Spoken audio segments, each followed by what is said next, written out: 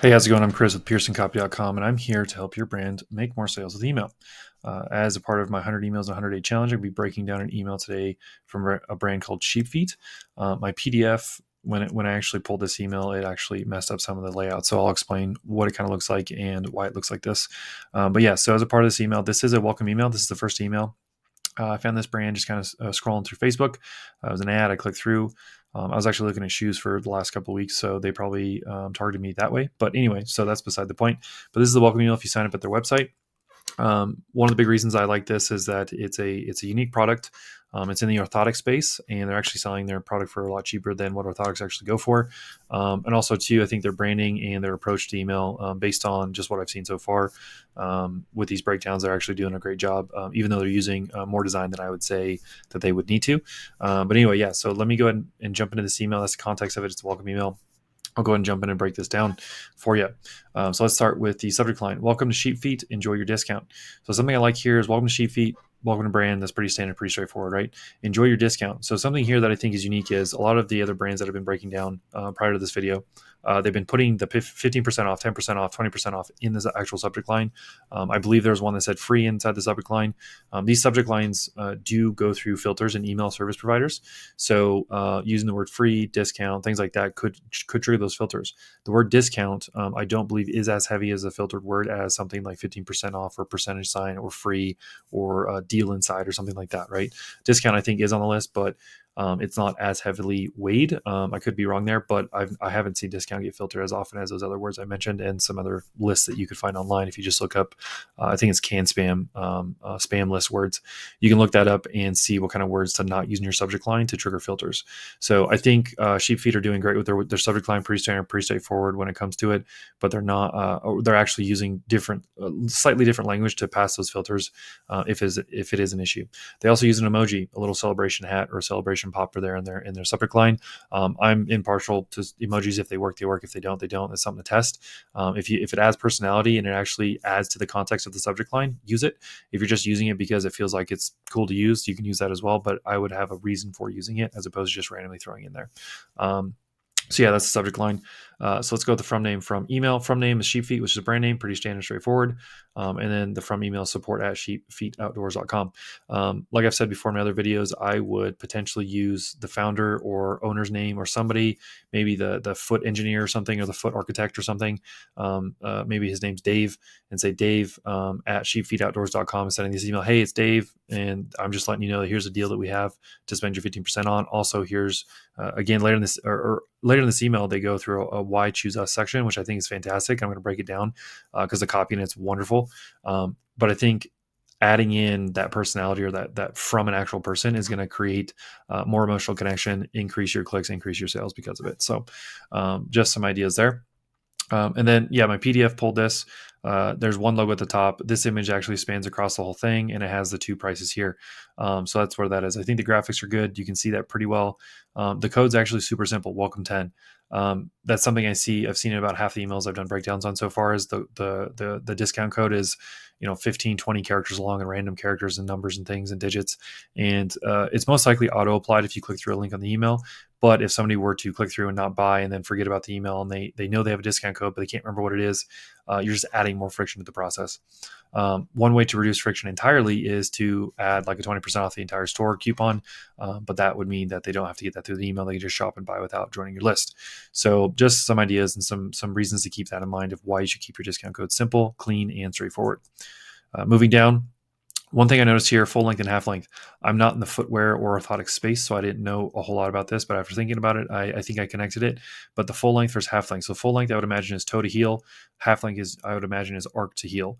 So something here, not being in the space and not shopping for orthotics ever, is maybe calling this, instead of half length and full length, calling it like arc to heel, arch to heel, and tip to toe, or toe to heel. Toe to heel starting at, and then arch to heel starting at. It just makes it's more specific, and it's more, it'll bring in more people that maybe like myself said, what is half length, full length? Is it like half your foot from the middle of your foot out to the outer edge or inner edge, or is it front to back? Like, what does that mean? It may be a hurdle that I'm just causing because of my brain asking more specific questions, but getting more specific on what half length and full length means might increase your click through here, and it could be something to test. So just something to consider there. And then my favorite part of this email is this section here. Why choose SheepFeet? So there's a few things in here that they cover. They mention that they're going to help change out your generic footbed in your hunting boot or boots and replace it with SheepFeet custom hunting orthotics. And you instantly turn your hunting boots into a custom fit boot made exactly to the shape of your foot. You also get a custom corrective fit orthotic to aid your body in functioning how it's intended and help prevent future injury. Which those two things are huge when it comes to hunting boots and walking through the woods and whatever hunting you're doing. Having footwear that actually fits and actually functions well for you can be a huge benefit. It can be a huge benefit. So, and then going further, some people pay upwards of $1,300 or more on custom boots, but with your SheepFeet, you can move from shoe to shoe easily, making all boots or shoes you own custom at a fraction of the cost. We stand behind our product 100%, but if you have any hesitation or question, let's chat. So there's another objection of the hurdle in there is if I buy these orthotics for my hunting boots, do I have to buy another pair? If I like them, do I have to buy another pair for my tennis shoes, my other boots that I have, my other pairs of boots, because the base of that boot may be different, so my orthotics are going to be different. What SheepFeet is addressing here is no, you don't. You can move these from boot to boot, and they fit and work just fine. Something I would consider doing here is the feature benefits that they outlaid in this Why Choose SheepFeet could be it could be 2 or 3 emails on its own of like, why choose SheepFeet? Well, here's the reasons why. How did they come up with this orthotic or this version, or how did they come up with this product? Where the creation story of the product, right? The origin story of the brand, the idea of being able to move orthotics from foot to foot. That's a hurdle or an objection. Why is it an objection? Let's talk about and unpack that, right? And then the solutions for all those things, all the mechanisms, solutions for it, those are all, it could be individual emails that sell the product one at a time with each individual piece of a sales argument. So that's something here is this Why Choose SheepFeet section is packed full of ideas on other emails you could send to get people to buy. People object and refuse to buy for various reasons. This section, again, covers quite a few of those reasons. You can turn in their own sales arguments in their own emails. So I'm hoping that as I get more emails from SheepFeet, I see that come through of each of these pieces having its own space to sell the product. If not, I would suggest maybe adding 3, 4, or 5 emails to your welcome series to do that. Otherwise, this is a great section. This is a great first pass when it comes to customers seeing why they should choose your brand. There's so much in this paragraph that it was just a great paragraph, and I really enjoyed it. So, and then a couple more pieces. So the email is signed by Caleb Bowden or Bowden, owner and co-founder. So something here, back to it, from name SheepFeet. It could be Caleb at SheepFeet, and then Caleb at sheepfeetoutdoors.com. And that would tie together with this, because like at first when I was reading, it's like, okay, this is just a general. Again, think about this. This is just a general welcome promo email with a code. Cool. There's the products. There's the price. There's a why section. Oh, that's really cool. And then Caleb signed it. It's like, well, if Caleb signed it, why is this email not from Caleb? That was the first thought I had in my head, is like, if he's going to sign this and we're going to put this in emails, let's make the email from him. Honestly, the first email could be just this section, remove all the images, break this text up, and then put the code here at the bottom, welcome 10, save 10% off, and just test that. And you would probably get better clicks and sales from just this section, as opposed to showing off all these graphics and design layouts. And it's not that the graphics and design doesn't work, is that the sales message is literally right here in this section, and it's 3/4 of the way down the email. If people just scroll and say, oh, yeah, cool, price, whatever, I got the code, go, they don't buy, they never see the actual sales message from this email. So that's why this right here, once you get your message right, put that at the forefront and let it do the work for you. And also he has a contact us. So contact us or contact me. There's a little confusion there. Contacting Caleb, contacting the team. What does that mean?